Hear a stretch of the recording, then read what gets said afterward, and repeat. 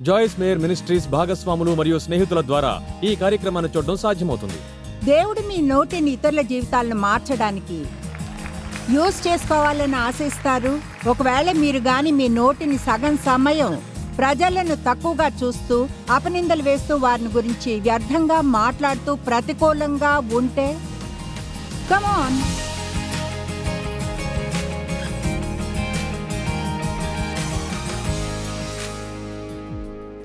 మాటలు అనేవి శక్తి నిండిన పాత్రల్లాంటివి. ఈ గ్లాసుని ఎలాగైతే రకరకాల త్రాగే వాటితో నింపగలమో, అలానే మన మాటలు కూడా నిండి ఎన్నో వేర్వేరు విషయాలను మోసుకెళ్తూ ఉంటాయి. సృజనాత్మకపు శక్తిని తీసుకెళ్తాయి. దేవుడు అన్నాడు, వెలుగు కలుగునుగాక, వెలుగు కలిగెను. మనం చూసే ప్రతిదాన్ని దేవుడు మాటలతోనే సృష్టించాడు. కనుక మాటలకు సృష్టించే శక్తి ఉంది. దేవుడు ఆలోచించి వెలుగు కలుగునుగాక అంటే వెలుగు కలిగినని బైబిల్ చెప్పడం లేదు. దేవుడు అన్నాడు, వెలుగు కలుగునుగాక, వెలుగు కలిగెను. కనుక బైబిల్ ఆరంభంలోనే చూస్తాం. నేను చెప్పగలను అనుకునేది విషయాల్ని ఎలా చేయాలనేది ఒక క్రమం అని. కనుక మీ నోరు మీ జీవితం మీద మీరు చెప్పే సృజనాత్మకమైన శక్తితో నిండి ఉండవచ్చును. మీరు ప్రేమించే వారి జీవితాల్లోనూ, మీ సిటీ, అలాగే ప్రపంచం మీద మీ నోటితో మీ శత్రువుకు వ్యతిరేకంగానూ మాట్లాడగలరు. అతని క్రియలను మీ జీవితం మీద జరగకుండా దేవుని వాక్యాన్ని చెప్పడంతో ఆపగలరు. అపవాది యేసుతో మాట్లాడాడు. బైబిల్ లూకా 4లో చెప్తుంది, అపవాది యేసుతో చెప్పాడని, యేసు అపవాదితో చెప్పాడని. ఆయన అపవాదికి వ్యతిరేకంగా వచనాన్ని చెప్పేవాడని. మీలో ఎంతమంది అపవాదితో తిరిగి మాట్లాడతారో తెలియదు. మీకెవరో అలా చేయాలని చెప్పకుంటే తిరిగి మాట్లాడడం ఆరంభించాలి. అతడు మీతో మాట్లాడతాడు, తిరిగి మాట్లాడండి. మీ బిడ్డలు తిరిగి మాట్లాడినట్లుగా శత్రువుతో మాట్లాడడం మొదలు పెట్టండి. నేను చెప్పేది మర్చిపోకూడదు. మీ జీవితం మీద సృజనాత్మకమైన శక్తివంతమైన మాటలను పలికే సామర్థ్యం మీకుంది. అలాగే మీరు ప్రేమించే వారి జీవితాలపైన మీరు నాశనకరమైన మాటలు అనగలరు. మిమ్మల్ని బాధించే విషయాలను మీ పైన, మీ భవిష్యత్తు పైన, మీ భవిష్యత్తును గురించి చెప్పే వాటి విషయంలో జాగ్రత్తగా ఉండండి. మీ భవిష్యత్తును ప్రవచించుకోండి. ఏం జరిగితే చూడాలని అనుకుంటారో దాన్ని ప్రకటించండి. ఏం జరుగుతుందని దేవుడు చెప్తాడో, అంతేకాని గతంలో మీకేముందో దాన్నే పొందుతామన్న దాన్ని గురించి భయపడి మాట్లాడకూడదు. ఆమేన్. All right. సామెతలు 10:19. విస్తారమైన మాటల్లో దోషముండక మానదు, తన పెదవులను మూసుకొనువాడు బుద్ధిమంతుడు. ఈ వారాంతంలో డిసిప్లిన్ని గురించి మాట్లాడుకున్నాం. వచనం చెప్తుంది, మనం గాని మూసుకుంటే, క్రమశిక్షణలో లేదా అదుపులో మన మాటలు గానుంటే, అప్పుడు మనం బుద్ధిమంతులము అని. దాని అర్థం దేవుడు మనకిచ్చిన మాటల్లోని శక్తిని మేనేజ్ చేయగలిగే మంచి మేనేజర్లమని.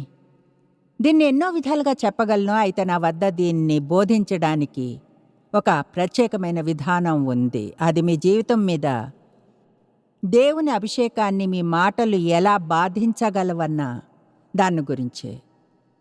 నేను ముందుగా బైబిల్ యొక్క గంభీరమైన స్టూడెంట్గా అయినప్పుడు, అది జరగడానికి ముందు చాలా కాలం నేను ఒక చర్చిలో ఉండేదాన్ని. క్రమంగా దాదాపు 7, 8, 9 ఏళ్ళు చర్చికి వెళ్ళాను. నిజంగా నేను దేవుణ్ణి ప్రేమించి తిరిగి జన్మించాను. కృపచేత రక్షణ పొందాను. నాకు తెలుసు పరమునకు వెళ్తానని. అయితే దేవునితో నా సంబంధంలో గంభీరంగా ఉండలేదు. దేవుడు తమ జీవితంలో ఉండాలనుకునే చాలామంది వాళ్ళ నరకానికి వెళ్లకుండా ఉండాలని నిశ్చయించుకుంటారు. అయితే వాళ్ళు దేవుని కోసం జీవించడం లేదు. వాళ్ళ జీవితం అంతా దాని గురించి కాదు. పౌలు అన్నాడు, బ్రతుకుట క్రీస్తే, చావైతే లాభము. ఆయన్నో శరీరంతో నేను జీవించుటయే ఫల సాధనము. మత్తయి చెప్తుంది, ముందుగా దేవుని రాజ్యమును ఆయన నీతిని వెతుకుడు, అప్పుడు మీకు అవన్నీ అనుగ్రహింపబడును అని. కనుక దేవుడు ఒక పక్కబాట కాదు. ఆయన ఒక ఇన్సూరెన్స్ పాలసీ కాడు. మన జీవితాల్లో ఆయనే ముఖ్యంగా ఉండాలి. అందుకని నేను దేవుడిని పొందాను, అయితే అనుకుందాం నన్ను ఆయన పొందలేదు. అంటే ఏమిటో ఎంతమందికి తెలుసు? ఓకే. నాకు ఆయన ఉన్నాడు. నేను పరమునకు వెళ్ళాలనుకున్నా, ప్రార్థించి సమస్యలు ఉన్నప్పుడు సహాయాన్ని పొందాలనుకున్నా. అయితే నా జీవితాన్ని ఆయనకు అప్పగించలేదు. కనుక నేను గంభీరంగా దేవుని వాక్యాన్ని అధ్యయనం చేయడం మొదలుపెట్టినప్పుడు, ఆ సమయంలో జరుగుతున్న విషయాల్లో ఒకటి, గతంలో 70లో భూమి మీద అంతటా పరిశుద్ధాత్మ కుమ్మరింపు గొప్పగా ఉంది. అదేదో ఒక చోట కాదు, లేదా ఒక వర్గంలోనో ఒక చిన్న గ్రూప్లో జరగడమో కాదు, ప్రపంచవ్యాప్తంగా జరుగుతుంది. దేవుడు అలా చరిత్ర అంతట్లోనూ వేర్వేరు సమయాల్లో చేశాడు. వాటిని రివైవల్స్ అంటారు. ఆ సమయాల్లోనే దేవుడు దర్శనమిచ్చే కొంతకాలం వరకు కనిపిస్తూ ఉంటాడు. అది సంఘాన్ని పునరుద్ధరీకరిస్తుంది. ఇప్పుడు మనం ఎప్పుడూ దానిలోనే ఉండం. అయితే కృతజ్ఞతలు దానిలోని భాగంగా నేను ఉన్నందుకు, ఎందుకంటే నా జీవితం లోతైన విధానంలో ముట్టబడింది. ఆ సమయంలోనే పరిశుద్ధాత్మ ప్రజలు ప్రేమించడం కొరకు ప్రత్యేకమైన కృపను ఇస్తున్నట్లు అనిపించింది. ప్రేమించడానికి, వాక్యాన్ని ప్రేమించడానికి. అంటే అప్పుడు ఓ 3-3:30 గంటల చర్చి సర్వీస్ ఉండడం అంటే అసలేం కాదు. చూడండి, ఈరోజు తెలుసుగా, వాళ్ళు లోపలికి వస్తారు, బయటకు పంపేస్తారు. ఒక ఉదయం పూటే 3-4 సర్వీసులు, ప్రతిదీ కూడా 10 నిమిషాలు ఇక్కడ, ఓ 5 నిమిషాలు అది. తెలుసా, మనకు జీవితంలో వేర్వేరు కాలాలు ఉంటాయి. అయితే చెప్తున్నాను, ఈనాడు 3-3:30 గంటల చర్చి సర్వీస్ని సహించే ప్రజలు ఎక్కువ మంది లేరు అని. అందుకని చూడండి, అదొక ప్రత్యేకమైన సమయం, ప్రత్యేకమైన అభిషేకం ఉంది. చెప్పాలంటే వారమంతా వాటిని మేము క్యాంప్ మీటింగ్లు అనేవాళ్ళం. వాటికి వెళ్ళడం ఏమీ కాదు. వారంలోని 7 రోజులు 3 సార్లు వెళ్ళడం రోజుకి. కొన్నిసార్లు రివైవల్ యొక్క పూర్తి నెల రోజులు మేము అలసిపోయే వాళ్ళమే కాదు. మాకు వాక్యం అంటే ప్రేమ, వాక్యం. ఈ కాలంలో అంతగా ఏ బోధన గురించి వినమో, ఆ కాలంలో ఎక్కువగా మేము విన్న బోధన బహుశా మనం ఎక్కువగా వినవలసిన వాటిల్లో ఒకటి దేని గురించి అంటే అది అభిషేకము. కేవలం అభిషేకము.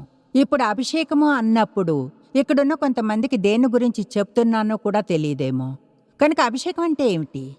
మీ జీవితంలోనూ మీ పైన దేవుని యొక్క శక్తి మరియు సన్నిధి ఉండడమే అభిషేకము అంటే. ఇంకా చాలాసార్లు ప్రత్యేకమైన వాటికై మనం అభిషేకించబడతాం. కనుక విశ్వాసులుగా మన మీద మామూలుగానే అభిషేకాలు ఉంటాయి. అయితే అప్పుడు ప్రత్యేకమైన వాటి కొరకు దేవుడు అభిషేకిస్తాడు. నేను ఒక బైబిల్ టీచర్గా అభిషేకించబడ్డాను. దాని అర్థం దేవుడు నాకు పిలుపునిచ్చి ఇది చేయడానికి సిద్ధపరిచాడు. ఇప్పుడు అభిషేకం అనేది చాలా చాలా ముఖ్యమైంది. మనకు తెలుసు, దేవుడు మనకిచ్చే ప్రతిదీ కూడా ఉచితంగానే వస్తుందని. యేసు వెల చెల్లించాడు దానికి. కొన్ని విధానాల్లో అది ఉచితం కాదు. కొన్ని ప్రత్యేకమైనవి మనం చేయగలమని నమ్ముతాను. అవి అభిషేకాన్ని అడ్డుకుంటాయి. అలాగే చేయగల కొన్ని ప్రత్యేకమైనవి అభిషేకాన్ని పెంచగలవు. ఒక బోధకుడు ఇలా అనడం విన్నాను. ఆయన లేచి మాట్లాడడానికి ముందు అభిషేకాన్ని పెంచుకోవాలనుకుంటే, దేవుని సన్నిధి నిజంగా బలంగా లేదని అనిపించితే, వాక్యాన్ని చదవడానికి అదనపు సమయాన్ని వెచ్చించేవారి జీవితం మీద అభిషేకం పెరుగుతుందని చెప్పారు. బహుశా కొంచెం అదనపు ప్రార్థన జీవితం పైన అభిషేకాన్ని పెంచుతుందేమో.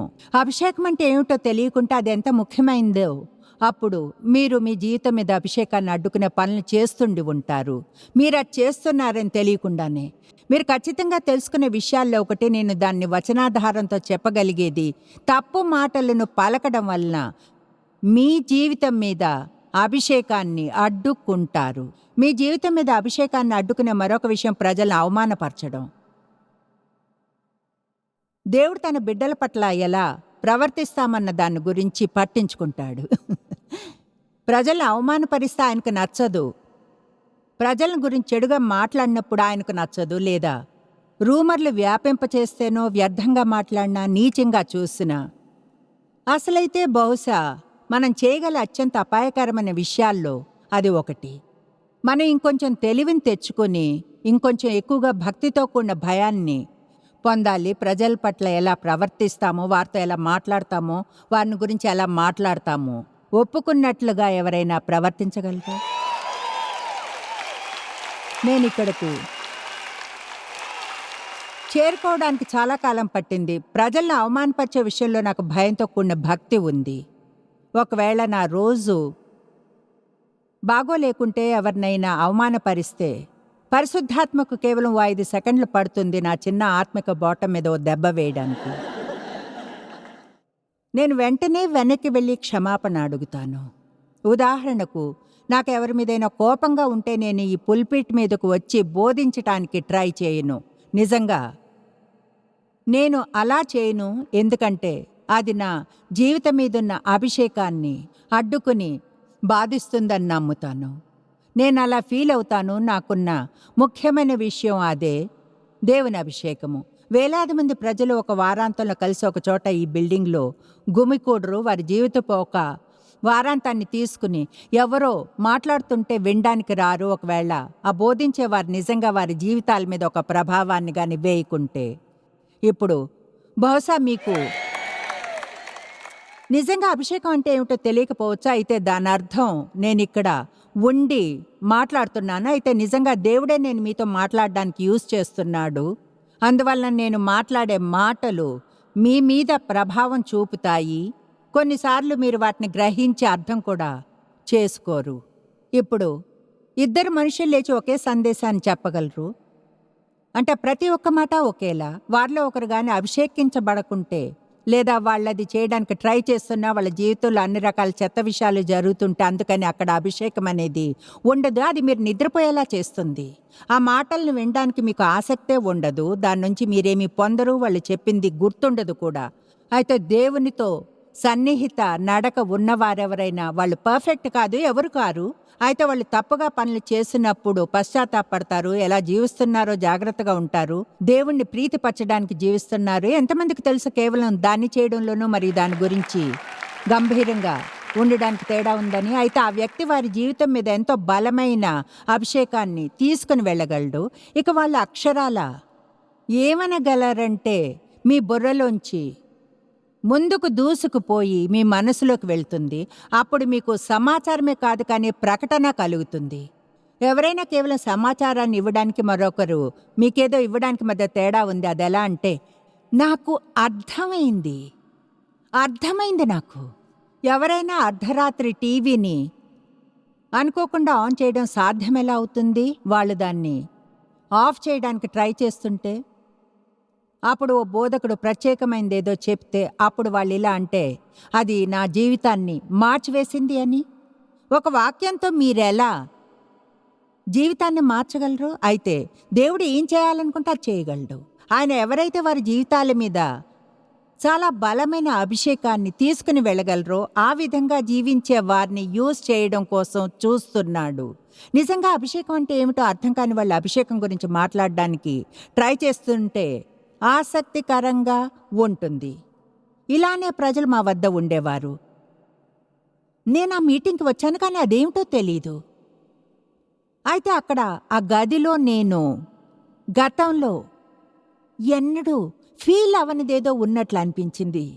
చూడండి, తెలుసా, ఎప్పుడైతే అభిషేకించబడ్డ ఒక వ్యక్తి ఉండడం గొప్ప విషయం. అయితే మీరు గది నిండా అభిషేకించబడ్డ వారి మధ్యలోకి వచ్చినప్పుడు, కమాన్, ఎందుకంటే నిజం ఇదే. ఒక విశ్వాసిగా అందరం దేవునిచే అభిషేకించబడ్డాం. కమాన్, మీ పైన ఒక అభిషేకం ఉన్నది. అందుకనే బైబిల్ చెప్తుంది, ఉదాహరణకు రోగుల మీద చేతులు ఉంచితే వాళ్ళు బాగవుతారని. మీరు మరెవరి తల మీద చేతులు ఉంచడానికి, వారి కోసం ప్రార్థించడానికి సంబంధం ఏమిటి అసలు? చెప్పాలంటే అభిషేకం అనేది స్పర్శనీయమైంది. దాన్ని ఫీల్ అవ్వగలం, మరొకరికి ఇవ్వగలం. కనుక బైబిల్ ఏం చెప్తుందో దాన్ని మనం ఎక్కువగా చేయాలి మనం ఉన్నదానికంటే. హలో, మీరు దేని గురించి చెప్తున్నారు? చూడండి, ముందుగా యేసు అభిషేకించబడ్డాడు కనుక ఆయన తన తండ్రి చేత అభిషేకించబడ్డాడు. అక్కడ దేవుడున్నాడు, తర్వాత యేసు ఉన్నాడు, ఆయన దేవుడే, మరియు పరిశుద్ధాత్మ కూడా దేవుడే. మనకు ఆ లెక్కలు అర్థం కావు. ఒక దేవుడు, ముగ్గురు వ్యక్తులు. నా బుర్రకు అది అర్థం కాదు, అయితే నాకది అర్థమైంది. మనం ఆ దేవుని యొక్క ఆ ముగ్గురు వ్యక్తులతోనూ సహవాసంలో ఉండి సంబంధాన్ని పొందగలము. వారిలోని ప్రతి ఒక్కరూ మన కోసం ప్రత్యేకమైనదేదో చేస్తారు. యేసు వెళ్ళిపోయినప్పుడు, పైకి ఆరోహణమైనప్పుడు మనల్ని ఒంటరిగా వదిలి వెళ్ళలేదు. ఆయన అన్నాడు, నేను మీతో ఎల్లవేళలా ఉంటాను. ఆయన ఏం చేశాడంటే పరిశుద్ధాత్మను పంపాడు. అభిషేకాన్ని, దేవుని యొక్క సన్నిధిని, దేవుని యొక్క ఆత్మ, దేవుని యొక్క సన్నిధి ఆయనకు ప్రతినిధిగా, ఆయనకు బదులుగా ఉండడానికి పరిశుద్ధాత్మను పంపాడు. ఆయన అన్నాడు, ఆయన మీతో ఉన్నాడు, అయితే ఇప్పుడు ఆయన మీలో ఉంటాడు అని. కమాన్, దీన్ని బాగా అర్థం చేసుకోండి.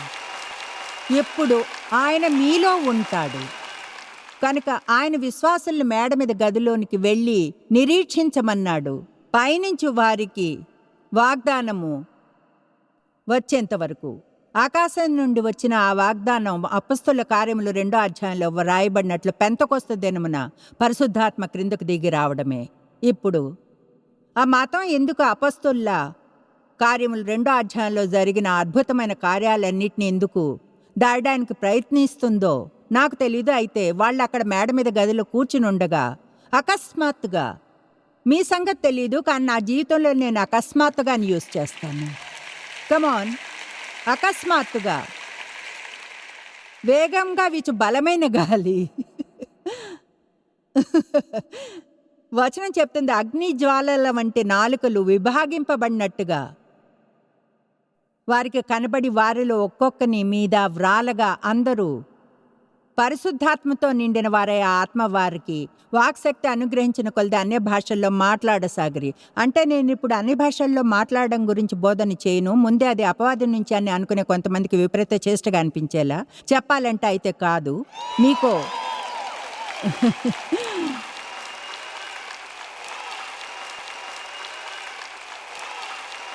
మీకో విషయం చెప్తాను. మీకు దేనిదో అనుభవం లేనంత మాత్రాన దాని అర్థం అదే నిజం కాదు అని కాదు.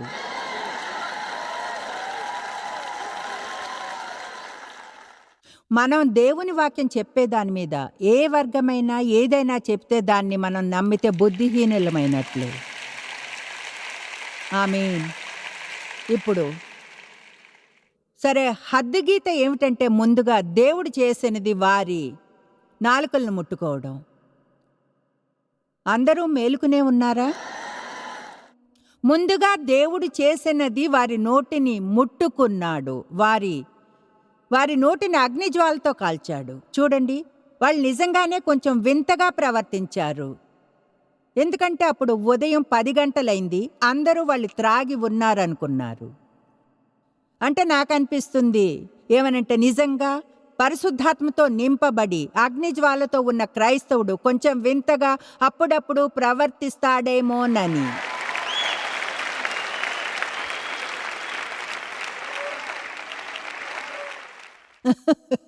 ఇప్పుడు మనం బయట ప్రపంచంలోనికి వెళ్ళి ఎంత వింతగా అవగలమో చూద్దామని అనుకోవడం లేదు.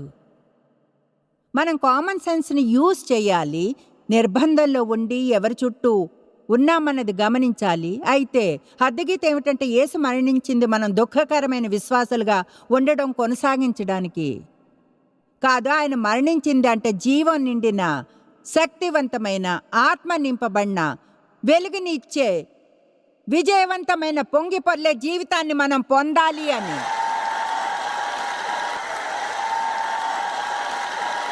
ఇక మీరు కానీ నిజంగా దేవుణ్ణి తెలుసుకుంటే, ఆయన్ని తెలుసుకోవాలనుకునే విధానంలో అప్పుడు క్రైస్తత్వంతో మీరు బోర్ అవ్వకూడదు. దేవుడు చేసిన వాటిల్లో ఒకటి ఏమిటంటే, ఆయన పరిశుద్ధాత్మను పంపినప్పుడు, యేసు పరిశుద్ధాత్మను పంపినప్పుడు ఆయనతో పాటు వరాలను తీసుకుని వచ్చాడు. శక్తివంతమైన వరాలను ఆయనతో పాటు తెచ్చాడు. వాటిలో 9 వరాలు, 9 ఆత్మఫలాలు ఉన్నాయి. 9 ఆత్మవరాలు. అవి 2 ముఖ్యమైనవే. వరాలను ఫలాలకు పైన ఉంచడానికి సలహానివ్వను, ఎందుకంటే వరాలు ఉండి ఫలాలు లేని ప్రజలు నాకు తెలుసు. వాళ్ళు కాన్ఫ్లేక్ అంతా తేలిగ్గా ఉంటారు. తెలుసా? మనకు కావాల్సింది అది కాదు. అయితే దేవుడు మనకు జ్ఞానపు వాక్యాన్ని ఇస్తాడు, తెలివిగల వాక్యాన్ని. ఆత్మలను తెలుసుకోవడానికి అది నిజంగా చాలా ముఖ్యం. మీరెప్పుడైనా తెలుసుకోవడానికి ప్రార్థన చేస్తారా? బైబిల్ చెప్తుంది మనం ప్రార్థించి వెతికి ఆత్మ వరాలను వెంటాడాలని. కనుక నేను ఈరోజు చెప్పేదానంతటితో గుర్తుంచుకోండి, వేరే ఏమీ చేయకున్నా ప్లీజ్ ఇంటికి వెళ్ళి ఇలా ప్రార్థించండి, దేవా ప్లీజ్ నన్ను నింపు, నీ పరిశుద్ధాత్మ శక్తితో నన్ను నింపు. రోజు పరిశుద్ధాత్మతో మిమ్మల్ని నింపమని ప్రార్థించండి. ఎందుకంటే మనం ఎప్పుడు పరిశుద్ధాత్మతో నింపబడి ఉండాలి. నాకు దేవుని నుంచి కేవలం ఒక్కసారి ముట్టుకోవడమే కాదు, అదే నాకు నా మిగతా జీవితమంతా ఉండేలా రోజు నన్ను తాజాగా ముట్టుకోవాలి. అందుకనే రోజు నిద్ర లేచి ఉదయాన్నే దేవునితో సమయం గడుపుతాను.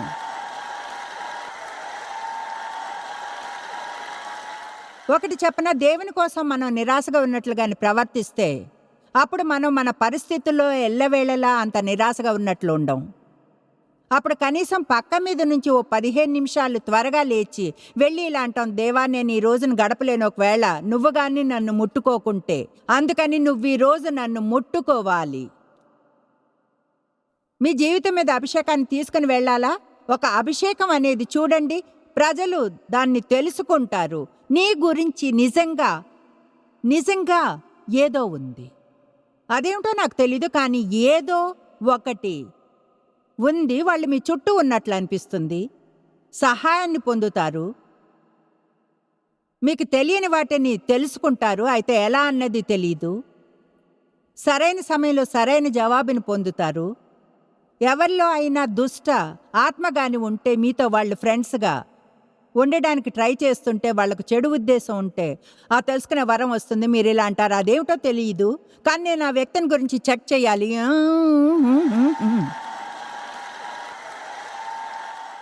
ఆ తర్వాత మీకు తెలిసిన వేరే విషయాలు ఉన్నాయి. విశ్వాసపు వరం, అద్భుతాలను చేయడం. విశ్వాసపు వరం అనేది ఒకలాంటి విశ్వాసం, అది అన్నిటికీ మించి వెళుతుంది. అందరికీ విశ్వాసం ఉంటుంది, ప్రతి ఒక్కరికి ఒక కొలమానంలో ఉంటుంది.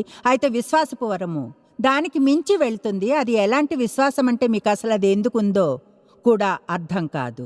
నేను నమ్ముతాను, డేవ్కి నాకు విశ్వాసపు వరాన్ని దేవుడిచ్చింది. మేం వెళ్ళి చేసింది చేయడానికే అని ఈ పరిచర్యను ఆరంభించినప్పుడు ఆ కథను చెప్పడానికి టైం లేదు. నేను చేస్తున్న దానికి నిజంగా ఎలాంటి అర్థమూ ఉండదు. ఒకవేళ నేను ఎక్కడి నుంచి వచ్చానో మీకు తెలిస్తే, నా విద్యాభ్యాసపు స్థాయిని ఈ పని చేయడానికి దేవుడు పిలుపునిచ్చినప్పటి నా స్థితిని చూస్తే మీకేం చెప్పాలనుకుంటున్నాను? దేవుడు ఒక ప్రవక్తతో ఒక గాడిద ద్వారా మాట్లాడగలిగితే ఆయన మిమ్మల్ని నన్ను కూడా యూజ్ చేసుకోగలడు. ఆమేన్.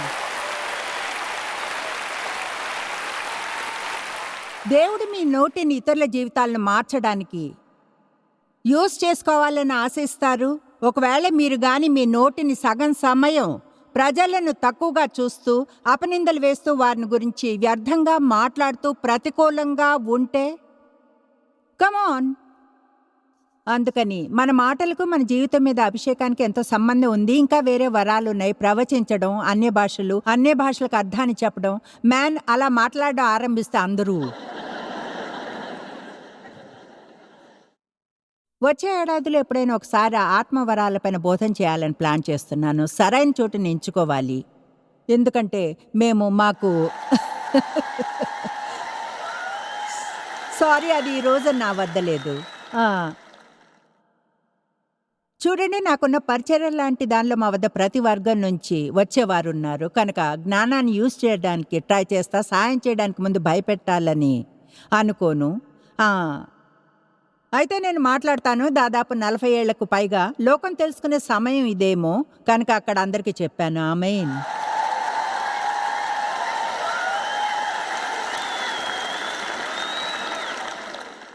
ఏంటి, మీకు అర్థం కాలేదా? నాకు కాలేదు.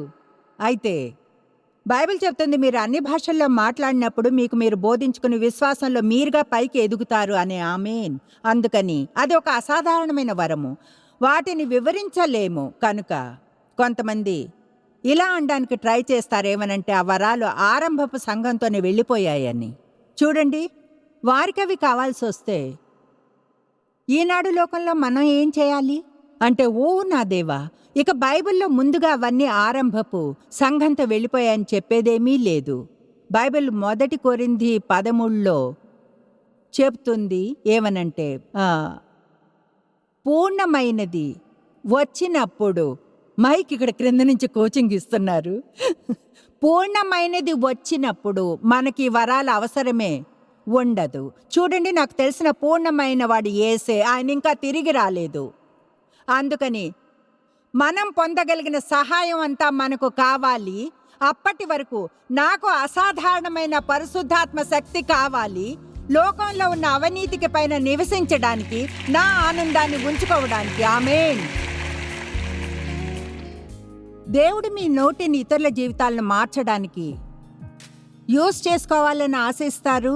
ఒకవేళ మీరు గాని మీ నోటిని సగం సమయం ప్రజలను తక్కువగా చూస్తూ, అపనిందలు వేస్తూ, వారిని గురించి వ్యర్థంగా మాట్లాడుతూ ప్రతికూలంగా ఉంటే, కమాన్.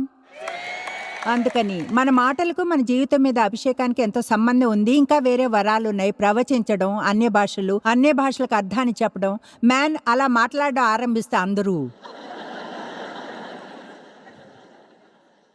వచ్చే ఏడాదిలో ఎప్పుడైనా ఒకసారి ఆత్మవరాలపైన బోధన చేయాలని ప్లాన్ చేస్తున్నాను. సరైన చోటుని ఎంచుకోవాలి. ఎందుకంటే మాకు చూడండి, నాకున్న పరిచర్య లాంటి దానిలో మా వద్ద ప్రతి వర్గం నుంచి వచ్చేవారున్నారు. కనుక జ్ఞానాన్ని యూజ్ చేయడానికి ట్రై చేస్తా. సాయం చేయడానికి ముందు భయపెట్టాలని అనుకోను. అయితే నేను మాట్లాడతాను. దాదాపు 40 ఏళ్లకు పైగా లోకం తెలుసుకునే సమయం ఇదేమో, కనుక అక్కడ అందరికీ చెప్తాను. ఆమేన్.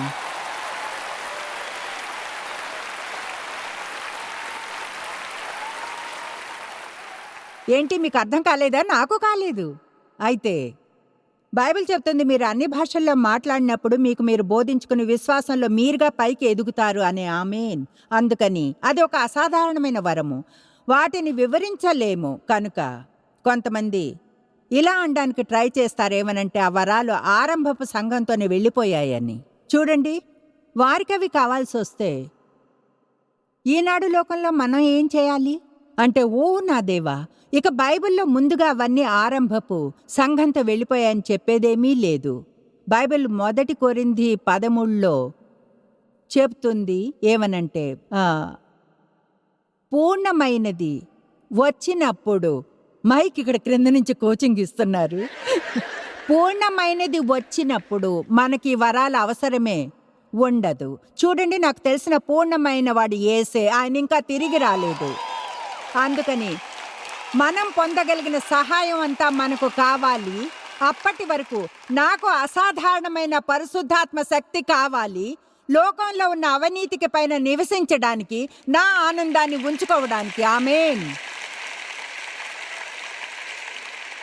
అందుకని మీరు పరిశుద్ధాత్మ చేత అభిషేకించబడినప్పుడు మీకే అర్థం లేని పనులు చేస్తున్నట్లు మీకు మీరే తెలుసుకుంటారు. తెలుసా అది ఎలా అంటే, నాకు 40 కాదు 75 సంవత్సరాలు వచ్చాయి.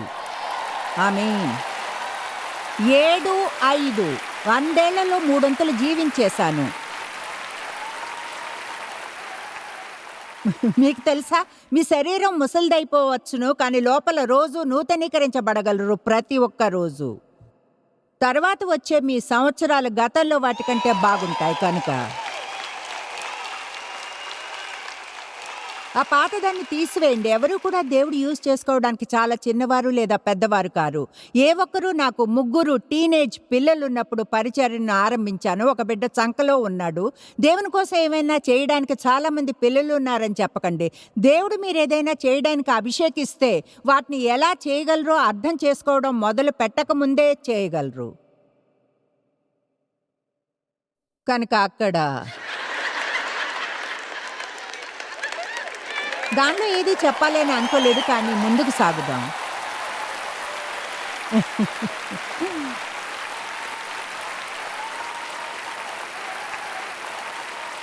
ఈరోజు మన మీద దేవుని అభిషేకం కుమ్మరించబడాలి. ఆమేన్.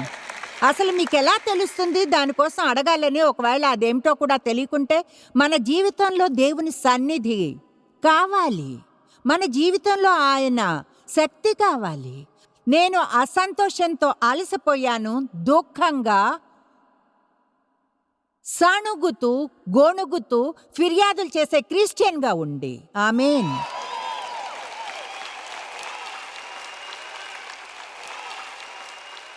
కనుక మీ నోరు చూడండి, పెంతెకొస్తు దినమున పరిశుద్ధాత్మ కుమ్మరింపు జరిగినప్పుడు ఆయన చేసిన మొదటి వాటిలో ఒకటి వాళ్ళ నోళ్లను ముట్టుకున్నాడు ఆయన. అందుకని మనం దానిపై గమనాన్ని ఉంచాలి. తెలుసా, దానికి ఒక కారణం ఉంది. పౌలు అన్నాడు, ఇక్కడ కొంచెం ముందుకు వెళ్ళడానికి పౌలన్నాడు, భాషలతో మాట్లాడట ఆటంకపరచుకుడి.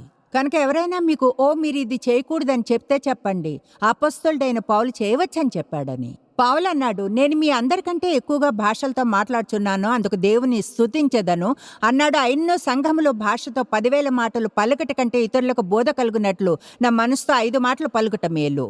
కనుక మనము దాని నుంచి ఎక్కువగా చేయకూడదు, అయితే దాన్ని పట్టించుకోకుండానూ ఉండొద్దు.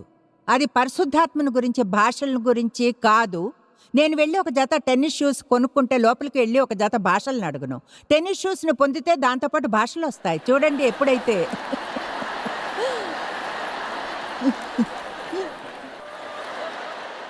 ఓ మై గాష్, నాకు నేనుగా ఇక్కడ పైన చాలా సమస్యలు పడుతున్నాను. మీరు పరిశుద్ధాత్మను వెతికినప్పుడు మేలుని చేయడానికి ఆయన వరాలనిస్తాడు. అన్నిటికీ ప్రవక్తగా ఆయన తీర్మానించి కోరుకున్నట్లుగా. ఆమేన్. అందుకని మీరు ఏ వరాల నుంచైనా మీరు అధికంగా ఏమీ చేయకూడదు. కేవలం పరిశుద్ధాత్మను వెతకండి, దేవుణ్ణి ముందు వెతకండి. మీరు అసాధారణమైన శక్తిలో నడుస్తారు.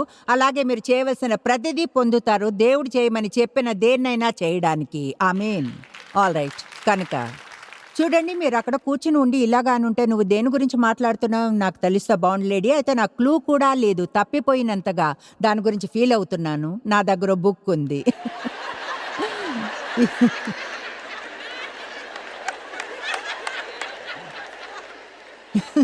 ఇది ఇప్పుడు మన దగ్గర లేకుంటే దాని పేరు నోయింగ్ గాడ్ ఇంటిమేట్లీ. అందులో అన్ని వరాలు, ఆత్మ మరియు ఆత్మ ఫలాలన్నిటిని గురించి చెప్పబడింది. తర్వాత పరిశుద్ధాత్మలో బాప్తిజం పొందడం గురించి మరొక పుస్తకం ఉంది. వాటిని తీసుకుని చదవండి, చదవండి, చదవండి. తెలుసుకోవాలనుకుంటే ఎవరో వచ్చి మీకు ప్రతిదీ చెప్తారని వెయిట్ చేయకండి. దేవునికై ఆకలి కొని తెలుసుకునేంత వరకు తవ్వండి. ఏం మాట్లాడుతున్నానో దాని గురించి మరింతగా తెలుసుకోవాలనుకుంటే ఇంటికి వెళ్ళి ఒక డిక్షనరీని తీసుకోండి. ఇప్పుడు మై గాష్, ఈరోజు మీరంతా కూడా మీరు గూగుల్ని ఏమైనా సరే అడగండి, అది సరైన మార్గంలో తీసుకెళ్తుంది. కేవలం ఆత్మవరాలు, దాన్ని గూగుల్లో చూడండి ఏమొస్తుందో. ఆ తర్వాత అన్ని వచనాలను చూడండి, అది బైబిల్లో ఉందని తెలుస్తుంది. మీరు శక్తి లేకుండా జీవించిన అవసరం లేదు. శక్తి లేకుండా జీవించిన అవసరం లేదు. ఆయనను పరిశుద్ధాత్మ మీ మీదికి వచ్చినప్పుడు అపొస్తల కార్యములు 1:8 మీరు శక్తి నొందెదరు. కనుక మీరు యెరూషలేములోను యూదయ సమరయ దేశముల అందంతటను భూదిగంతముల వరకును నాకు సాక్షులై ఉందురు. పరిశుద్ధాత్మ మన మీదకి వచ్చినప్పుడు మనకు శక్తి వస్తుంది. మనల్ని మనం నిగ్రహంలో ఉంచుకోగలిగేది, క్రమశిక్షణలో ఉంచుకోగలిగేది. దేవుడు మనల్ని చేయమనేది చేయడానికి కావాల్సింది. ఆల్ రైట్, ఇక్కడ నిమ్మళించడానికి కొంచెం ట్రై చేస్తాను. ఆల్ రైట్, నేను మీకు ఒక కథను చెప్తాను. నేనిది చాలా కాలంగా చేశాను. నా మీద అభిషేకం బలంగా ఎప్పుడు ఉందన్నది నాకు తెలుస్తుంది, అలాగే లేదేమో అన్నది కూడా. నేను చేస్తున్నది చేయడానికి ఎప్పుడు అభిషేకించబడతాను. కొన్ని సమయాల్లో అభిషేకం బలంగా ఉంటుంది. దేవుని సన్నిధి ఎంత బలంగా ఉంటుందంటే ఇక్కడ పైన ఎగురుతున్నట్లుంటుంది. అంటే అది ఎలా అంటే చూడండి, తర్వాత ఏం చెప్తానో కూడా నాకు ఐడియా ఉండదు. అది నోటి నుంచి వచ్చేస్తుంది, వస్తూనే ఉంటుంది. అది ప్రజలకు సహాయం చేయడానికి. కనుక మనం దాంతో అలానే వెళతాం. కనుక నేను కానీ దాన్ని మిస్ చేస్తుంటే, నేను పాలిష్ చేయబడ్డ పబ్లిక్ స్పీకర్ లాంటి దాన్ని కాను. అంటే కొన్ని పబ్లిక్ స్పీకింగ్ క్లాసెస్కి వెళ్ళిన వారి లాంటి దాన్ని కాను. నాకు పెద్ద నోరు ఉండేది. దేవుడు దాన్ని యూజ్ చేసుకోవాలనుకున్నాడు. ఆమేన్. అంటే నేనెప్పుడు ఒక మంచిగా మాట్లాడగలిగేదాన్ని, నా పాయింట్ని బాగా చెప్పగలను. అదిగో అదే నిజంగా నాకున్న ముఖ్యమైన ఒకే ఒక బలమైన వరము. నాకు చాలా ఎక్కువ కామన్ సెన్స్ ఉంది. అయితే ముఖ్యంగా నాకు దేవుని వాక్యాన్ని తెలియచేసే వరం ఉంది. నేను వేరే ఫ్యాన్సీగా ఉండే విషయాలను చేయను. కనుక ఇది గాని పని చేయకుంటే నేను ఆపి ఒక గొప్ప పాటను పాడలేను, అంతేకాదు పాడి ఆశ్చర్యపరచును లేను. నేను చెప్పేది ఏమిటంటే నాకు దేవుని అభిషేకం తప్పక కావాలి, లేదంటే గంభీరమైన సమస్యలో పడ్డట్లే. ఓకే, కనుక నాకు అది లేనప్పుడు, ఒకవేళ అభిషేకం బలంగా లేదని అనిపించితే అప్పుడు అది పొందే వరకు ఆగలేను. నేను గాని గడియారాన్ని చూస్తుంటే అయిపోయే వరకు నేను వెయిట్ చేయలేకపోతే సమస్యలో పడ్డానని తెలుస్తుంది. కనుక అలా నాకు దాదాపు ఎన్నడూ కాదైతే ఎప్పుడైనా దేవుడు దేని గురించైనా నేను గమనించాలని ట్రై చేస్తుంటే అలా అవుతుంది. మీకు తెలీదు, కానీ నాకు తెలుస్తుంది. కనుక చాలా ఏళ్ల క్రితం కొంచెం సమయం నుంచి వెళుతున్నాను. అప్పుడు నేనెప్పుడూ చేసేలానే బోధిస్తున్నాను. అయితే నాకు అసలు అభిషేకమే లేదన్నట్లు ఫీల్ అయ్యాను. అది నాకు నచ్చలేదు, ద్వేషించాను. నేను చెప్పే ప్రతిదానికి అర్థమే లేనట్లు నాకు అనిపించింది. కనుక దేవుతో అన్నాను, అభిషేకమే లేదన్నట్లుంది. ఆయన అనేవారు, ఏమంటున్నావు? అది బాగుంది, అంతా సరిగ్గానే ఉంది. కనీసం దేవుడు దాన్ని ఇతరుల నుంచి దాస్తున్నందుకు సంతోషం. అందుకని అలా జరుగుతూ ఉంది. కొన్నిసార్లు నేను బయటకు వెళ్ళి మాట్లాడి చివరికి నేను డేవ్కి చెప్పాను, నాకు అసలు ఏమైందో తెలీదు. ఈరోజు అదేమిటో తెలుసుకున్నంత వరకు నిద్రపోనన్నాను. దేవునికి మొరపెడుతూ ఉన్నాను, నాలోని లోపం ఏమిటో చూపమని. ఏం లోపమో చూపించి ఆయన నాకెన్నడూ ఏమీ చూపించలేదు. సరే, రెండో రోజున డేవ్ అన్నారు, లోపమేమిటో దేవుడు నాకు చూపించాడు.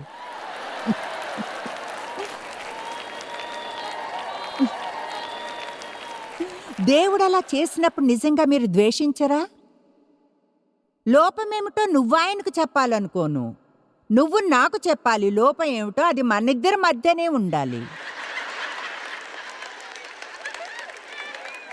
సరే, ఆయన అలా అన్న నిమిషమే అప్పటికే నాకు తెలుసా ఎలా అంటే, ఓ అవును అదెలా అంటే తెలుసా, లోపం ఏమిటి, లోపం ఏమిటో మీరు నాకు చెప్తారా?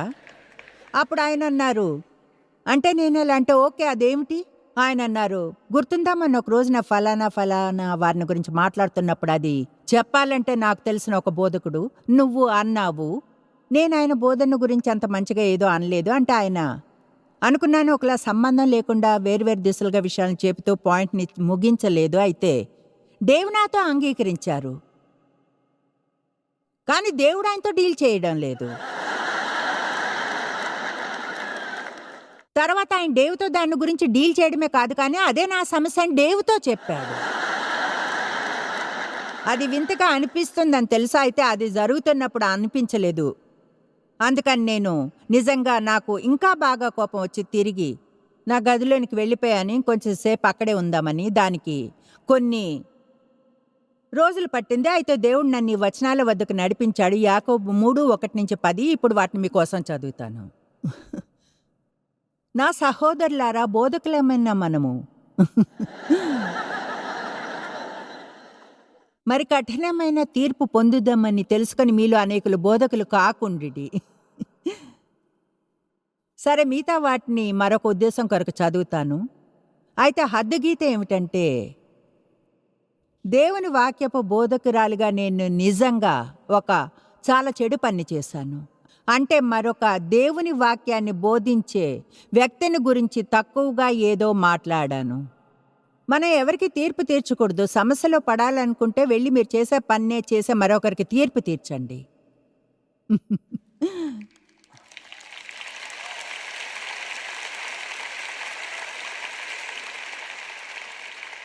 మీరు చర్చి కాయర్లో లీడ్ వోకలిస్ట్ ఏమో, మీకు గొప్ప స్వరం ఉంది.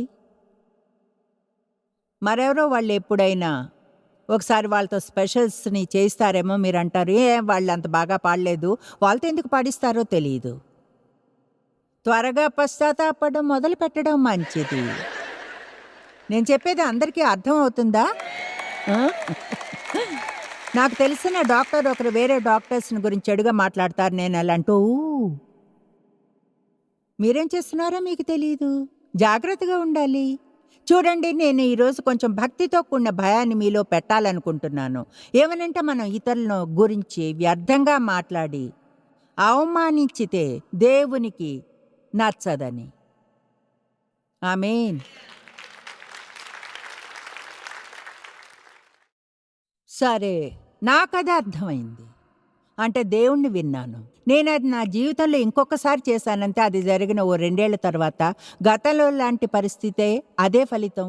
కొన్నిసార్లు దేవుడు మనకు విషయాలను 2 సార్లు బోధించాల్సి ఉంది.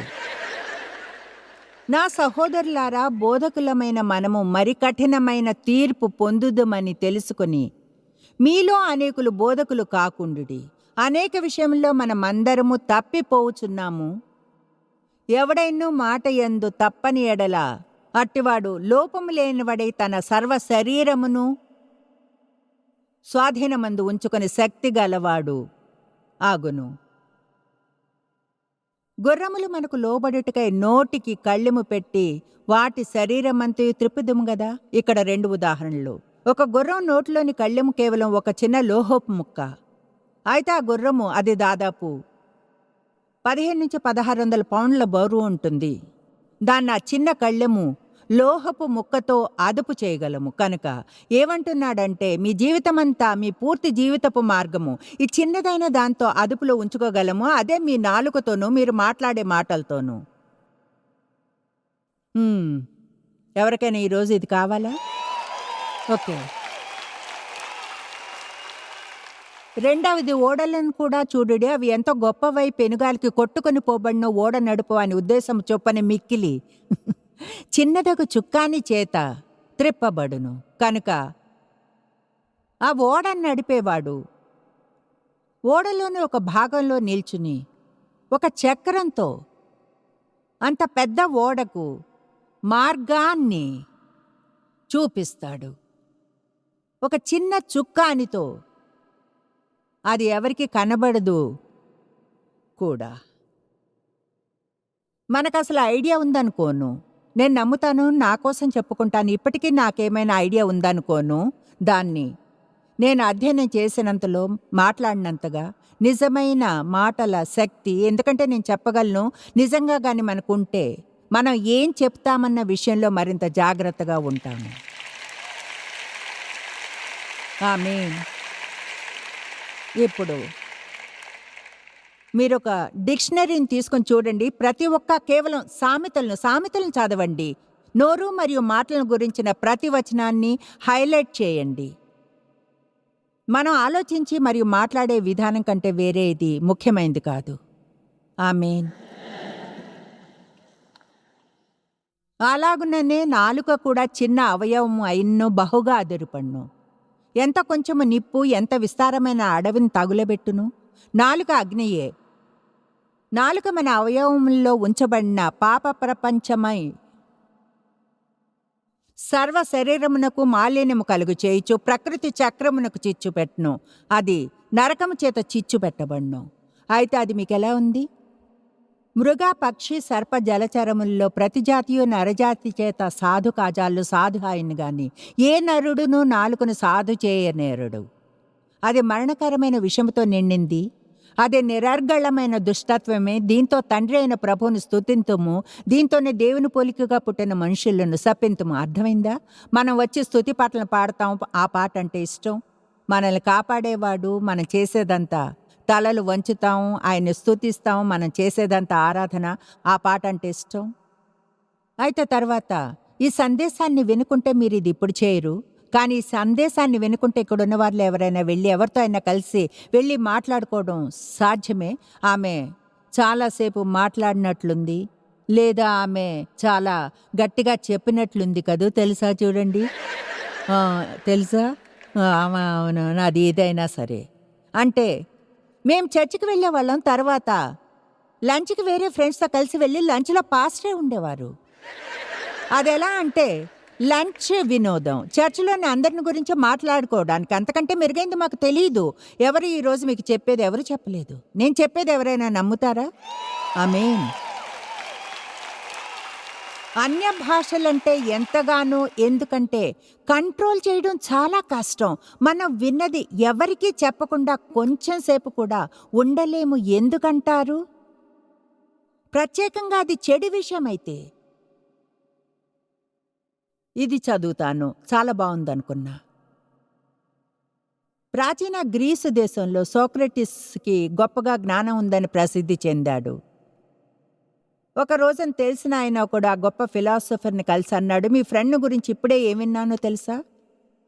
ఒక్క నిమిషం అని సోక్రటిస్ అన్నాడు. నాకేమైనా చెప్పడానికి ముందు మీరు ఒక చిన్న పరీక్షలో పాస్ అవ్వాలి. దాన్ని నేను ట్రిపుల్ ఫిల్టర్ టెస్ట్ అంటాను. ట్రిపుల్ ఫిల్టరా? అవును అదే అని సోక్రటిస్ అన్నాడు. నా ఫ్రెండ్ గురించి నాతో చెప్పడానికి ముందు ఒక క్షణం తీసుకుని చెప్పబోయేది ఫిల్టర్ చేస్తే అది మంచి ఐడియా అవుతుంది. అందుకనే దాన్ని ట్రిపుల్ ఫిల్టర్ టెస్ట్ అంటాను. మొదటి ఫిల్టర్ సత్యం. మీరు ఖచ్చితంగా తెలుసుకున్నారా నాకు చెప్పబోయేది నిజమేనని? లేదు ఆయన అన్నాడు. అసలైతే అదేదో నేను విన్నదే. ఆల్ రైట్ అని సాక్రటీస్ అంటే మీకు అది అసలు నిజమో కాదా కూడా తెలియదు. ఇప్పుడు రెండో ఫిల్టర్ని ట్రై చేద్దాం, మంచితనం అనే ఫిల్టర్ని. మీరు ఇప్పుడు నాకు నా ఫ్రెండ్ గురించి చెప్పబోయేది మంచి విషయమేనా? కాదు, చెప్పాలంటే దానికి వ్యతిరేకమైంది. అంటే సోక్రటీస్ అతని గురించి నాకేదో చెడుది చెప్పబోతున్నారు. అయితే అది నిజమో కాదో అని ఖచ్చితంగా మీకు తెలీదు. అయినా మీరు టెస్ట్లో పాస్ అవ్వగలరు, ఎందుకంటే ఇంకా మరొక ఫిల్టర్ ఉంది, ఉపయోగపడే ఫిల్టర్. నా ఫ్రెండ్ గురించి చెప్పబోయేది నాకు ఉపయోగకరంగా ఉంటుందా? అది ఉండదు, నిజంగా ఉండదు. అయితే సోక్రటీస్ అన్నాడు, మీరు చెప్పేది నిజం కాదు, మంచిది కాదు, ఉపయోగకరమైంది కాదు, మరెందుకు చెప్తున్నారు?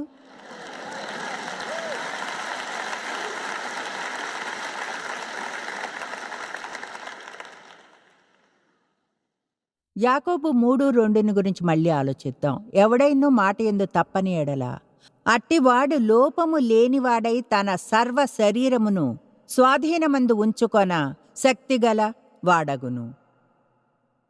మత్తయి 12:34-35. హృదయమందు నిండియుండు దాన్ని బట్టి నోరు మాటలాడును కదా.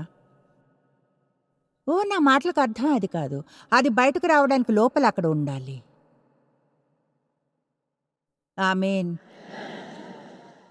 దేని గురించైనా మీరెంతగా ఆలోచిస్తే అంతగా దాన్ని చెప్పగలుగుతారు. సర్పసంతానమా, మీరు చెడ్డవారై ఉండి ఏలాగు మంచి మాటలు పలుకగలరు? హృదయమందు నిండియుండు దాన్ని బట్టి నోరు మాట్లాడును గదా. సజ్జనుడు తన మంచి ధననిధిలో నుండి సద్విషయములను తెచ్చును, దుర్జనుడు తన చెడ్డ ధననిధిలో నుండి దుర్విషయములను తెచ్చును.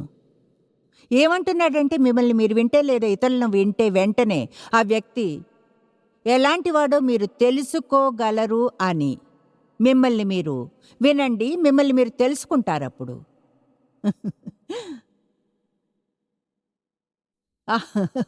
అవును, వావ్, దాని గురించి మీరు చెప్పగలిగింది అంతా అంటే అవునా? అంటే గాసిప్ చేస్తే అలాంటి వారు అవుతారు, ఫిర్యాదు చేస్తే ఫిర్యాదులు చేసేవారు, అబద్ధం ఆడితే అబద్ధికులు. మీరు చెడుగా ఫీల్ అయ్యేట్లు ట్రై చేయడం లేదు. అదే విషయాన్ని నాకు అన్వయించుకోవాలి. ఈ స్వప్న లోకంలో జీవించాలనుకున్నా అంటే ఎంత గొప్ప క్రిస్టియన్నో, ఒకవేళ నిజంగా ఏవైనా భయంకరమైన సమస్యలు ఉన్నా వాటిపై గమనం ఉంచకుండా ఉన్నా, అయితే మీరు ఎవరితో ఉంటారనేది చాలా ముఖ్యం. ఒకటి చెప్పనా, మీరు ఎవరితో సమయాన్ని గడుపుతారో వారి ప్రభావం మీ మీద ఉంటుంది. ఎందుకంటే నేను అభిషేకాన్ని గురించి మాట్లాడినట్లుగా అది మార్చుకోగలదని నమ్ముతాను. అలాగే మీరు దేని చుట్టూ ఉంటే దానిలో కొంత పొందడం మొదలవుతుందని. ఆమేన్. ఇది మీ పాస్టర్తోనూ జరుగుండొచ్చు, లేదా ఎక్కువగా మీరు వినేవారితోనూ. అది నేనే కాదు, అయితే నన్ను ఎక్కువగా వినే ప్రజలు, అంటే రోజు ఉదయాన్నే వాళ్ళు ఆఫీస్కి వెళ్తుండగా లేదా ఏళ్ల తరబడిగా వాళ్ళు అలా చేస్తున్నా ఎంతో కాలం పట్టదు ఎవరైనా ఇలా అనడం వింటారు, నువ్వు మాట్లాడితే జాయిస్లానే ఉంటుందని. లేదా మీ భర్త అనవచ్చు, టీవీలో వచ్చే ఆవిళ్ళ నువ్వు ప్రవర్తించడం మొదలు పెట్టావు. చూడండి, అది నిజం. ఎక్కువగా మీరు దేని చుట్టూ ఉంటారో మీరు అలా అవడం మొదలు పెడతారు. కనుక ఎవరితో సమయాన్ని గడుపుతారు అన్న దానిలో జాగ్రత్తగా ఉండాలి, ఎందుకంటే వాళ్ళు ప్రభావితం చేస్తారు. చూడండి, మీరు ప్రతికూలత, చిరాకు, సణుగుతూ, గాసిప్ చేస్తూ, అవమానపరిచే వారి వద్ద ఉండకండి. ఆమేన్. ఏదైనా చెప్పడానికి మంచిది ఉన్నవారి వద్దకు వెళ్ళండి, పాజిటివ్గా ఉన్నవారి వద్దకు. మీకో విషయం చెప్తాను, వారు కానీ ఇతరుల రహస్యాలు మీకు చెప్తుంటే మరొకరికి మీవి చెబుతున్నారు. ఓ దేవా, పవిత్రమైన అగ్ని చేత మా నాలుకలను ముట్టుకోవాలని ప్రార్థిస్తున్నాను. మా నోరులను శుభ్రపరచు. ఓ దేవా, నీ మహిమ కొరకు మమ్మల్ని యూజ్ చేసుకో. నిన్ను చర్చిలో స్తుతించి మిగతా వారం అంతా ఒకరి గురించి మరొకరు చెడుగా మాట్లాడుకోకుండా ఉండడానికి సహాయం చేయి. నీ సన్నిధిని, నీ అభిషేకాన్ని మా జీవితం మీద తీసుకుని వెళుతూ మన జీవితాల్లో పరిశుద్ధాత్మ యొక్క శక్తిని మరింతగా అనుభవించాలంటే మన మాటల ముఖ్యత్వాన్ని అర్థం చేసుకోవాలి. తప్పైనవి లేదా ప్రతికూలమైన మాటలు మన జీవితంలో ఆయన యొక్క పూర్ణ శక్తిని అడ్డుకోగలవు. అయితే దేవుడు మన గురించి ఏమంటాడో, ఇతరులు ఏమంటారో తెలుసుకుంటే అది మన జీవితాల్లో ఆయన శక్తిని పెంచుతుంది. మనం ఎంచుకోగలము. చూడండి, మీరు మాటలను ఎంచుకోగలరు, అది ఎంతో జాగ్రత్తగా.